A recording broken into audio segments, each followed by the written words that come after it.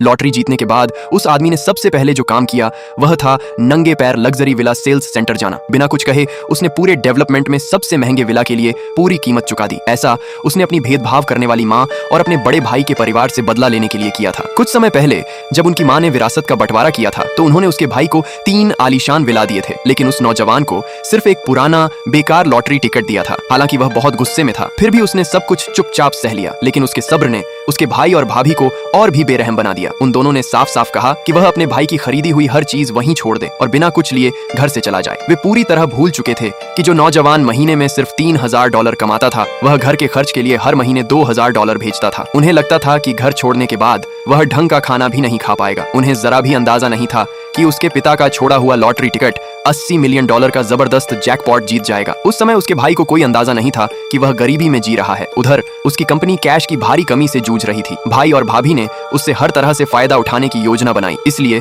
उन्होंने तुरंत उसे फोन किया और माँ की दावत के लिए घर वापस आने का न्योता दिया। उनका असली मकसद उसे कई लोन एग्रीमेंट पर साइन करने के लिए मजबूर करना था। उन्हें पता नहीं था कि उस नौजवान ने उनकी चाल पहले ही समझ ली थी, इसलिए वह बिना किसी हिचकिचाहट के अपने भाई की बात मान गया। हैरानी की बात यह थी कि जैसे ही उसने दरवाजे से अंदर कदम रखा पूरे परिवार ने उसे तिरस्कार की नजर से देखा, लेकिन उसे उनके ऐसे बर्ताव की आदत हो चुकी थी। फिर उसने वह तोहफा निकाला जो उसने अपनी माँ के लिए तैयार किया था। जब उसकी माँ ने बेताबी से तोहफा खोला तो उसकी भाभी जल्दी से कपड़े पर लगा प्राइस टैग देखने के लिए दौड़ी। उसने उस कथित गरीब नौजवान को नीचा दिखाने की योजना बनाई थी, लेकिन यह देखकर हैरान रह गई कि उस कपड़े की कीमत $3000 थी। घमंडी भाभी का आत्मविश्वास तुरंत डगमगा गया। यह देखकर उसका भाई भी चुप नहीं बैठ सका। उन्होंने तुरंत कहा कि कपड़े चाहे कितने भी महंगे क्यों न हो, उनकी तुलना उस चीज को खरीदने से कभी नहीं की जा सकती जो उनकी माँ को सचमुच पसंद हो।